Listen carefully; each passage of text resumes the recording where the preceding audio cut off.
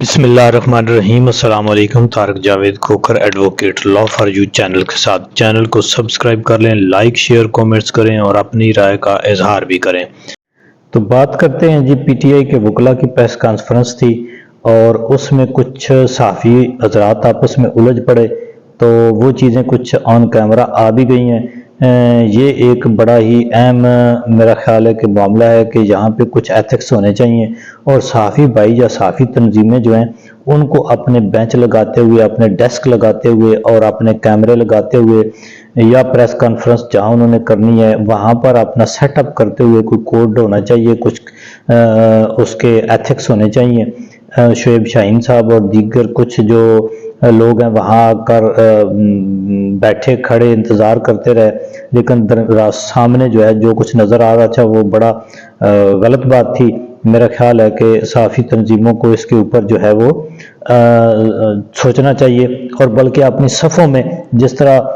ایک وکیل صاحب نے بھی کہا، اس نے کہا کہ یہ صحافیوں کو اس نے ہاتھ جوڑے ہیں، اس نے کہا ہے کہ آپ لوگ اکٹھے ہو جائیں عمران ریاض کے لیے، اسد طور کے لیے، کیونکہ اگر آپ نہیں ہوگے تو آج تو پھر یہ جو فسطائیت ہے یہ بڑھتی جائے گی، یہ لاقانونیت جو بڑھتی جائے گی، لوگوں کو اٹھانا، ان پر تشدد کرنا، ان کی آواز کو دبانا، جو بھی حق اور سچ کی بات کرتا ہے اس کی آواز کو دبانا۔ میرا خیال ہے کہ یہ اس چیز کو اب روکنا چاہیے۔ کتنا کوئی دیکھیں جی کوئی تنقید کرتا ہے، میرا خیال ہے کہ کوئی بھی اب عمران ریاض جیسا شخص جو اتنا محب وطن اور بالخصوص جو عسکری اداروں کے اوپر اس نے بڑے وہ جو ہیں وہ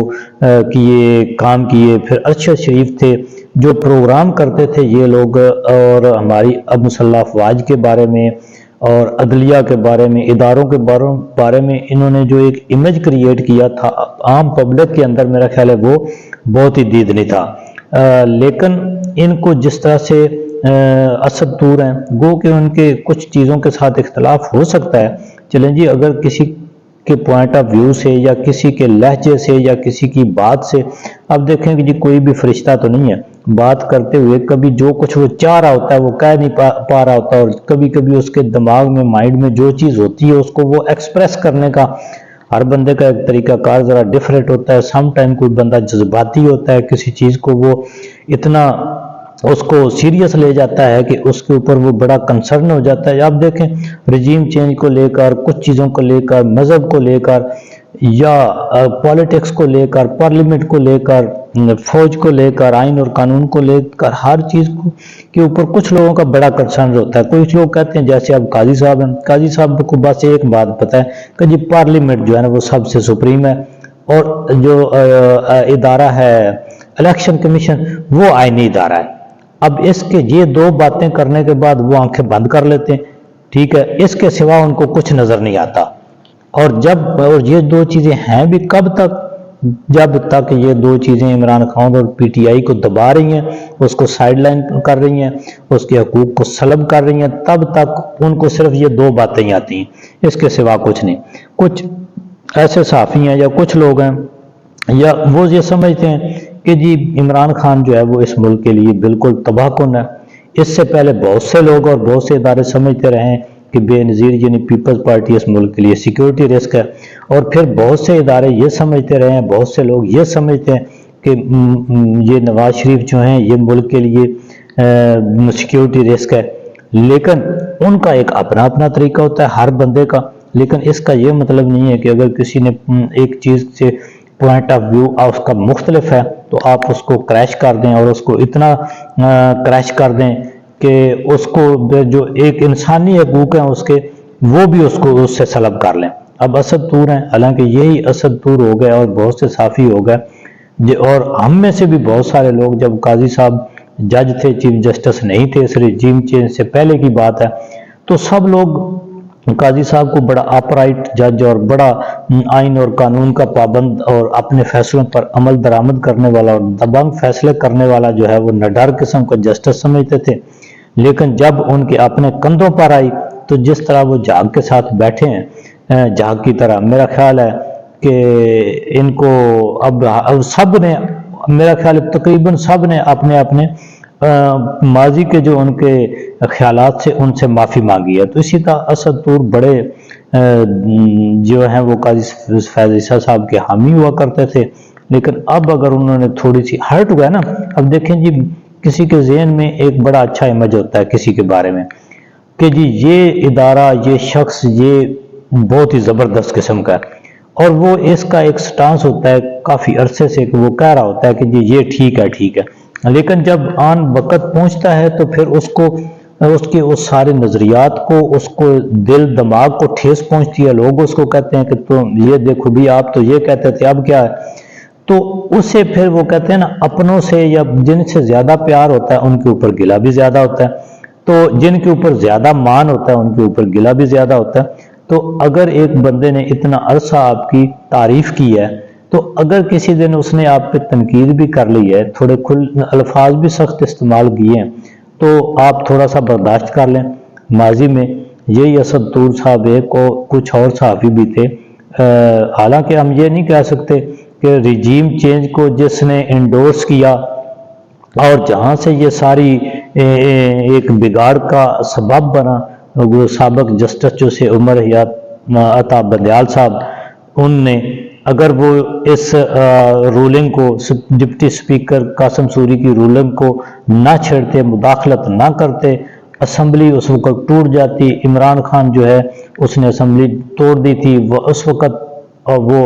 عمر عطا بندیال الیکشن کمیشن کی گردن پر پاؤں رکھتے کہ اب 90 دن کے اندر الیکشن کراؤ، تو میرا خیال ہے کہ اس تباہی سے ملک بچ جاتا۔ اور ویسے بھی اس وقت عمران خان کی مہنگائی اور کئی دیگر چیزوں سے اتنی مقبولیت نیچے آئی ہوئی تھی کہ یہ اگر فری اینڈ فیئر الیکشن بھی ہوتے تو میرا خیال ہے کہ اس وقت عمران خان اتنی زیادہ سیٹیں پی ٹی آئی نہ لے سکتی، لیکن انہوں نے جس طرح سے پورے نظام نے اس کو دبا کے اور ظلم زیادتی کی، تو اس کا ریاکشن پھر 8 فروری کو آیا۔ تو عمر عطا بندیال پر اسد طور اور باقی بہت بڑی تنقید کرتے تھے، سخت تنقید بھی کی تھی، لیکن عمر عطا بندیال نے اسد طور کو اور ان چیزوں کو کہا تھا کہ آپ جو ہیں وہ، یعنی انہوں نے ذرائع مذاق ان سے بات کر دی تھی کہ آج کل آپ بڑی خبروں میں ہیں۔ تو اگر قاضی صاحب بھی ایسا ہی رویہ اختیار کرتے کہ اسد طور نے اگر سخت تنقید کر لی تھی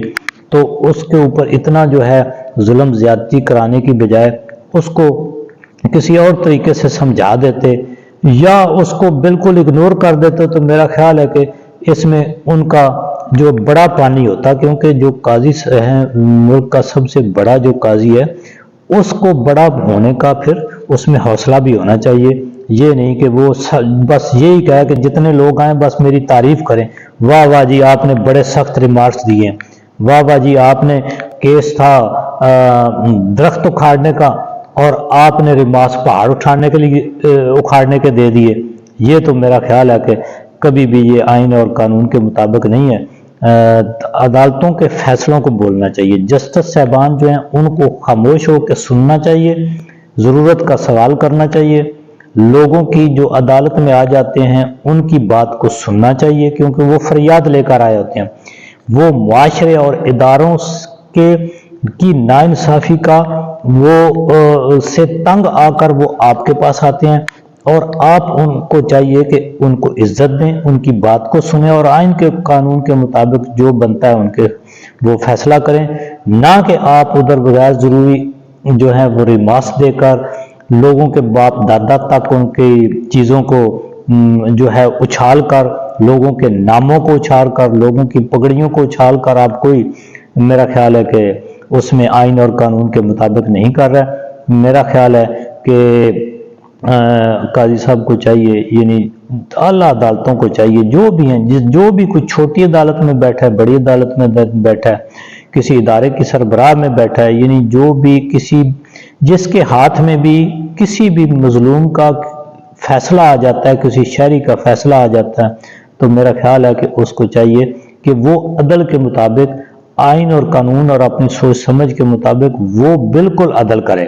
ہاں غلطی ہو سکتی ہے، ججمنٹ میں غلطی ہو سکتی ہے، چیزوں کو سمجھنے کئی دفعہ غلطی ہو سکتی ہے، وہ پھر اللہ تعالیٰ پر چھوڑی جاتی ہے۔ اللہ تعالیٰ یعنی نیت ٹھیک ہونی چاہیے، اور نیت ٹھیک بظاہر ان کی مجھے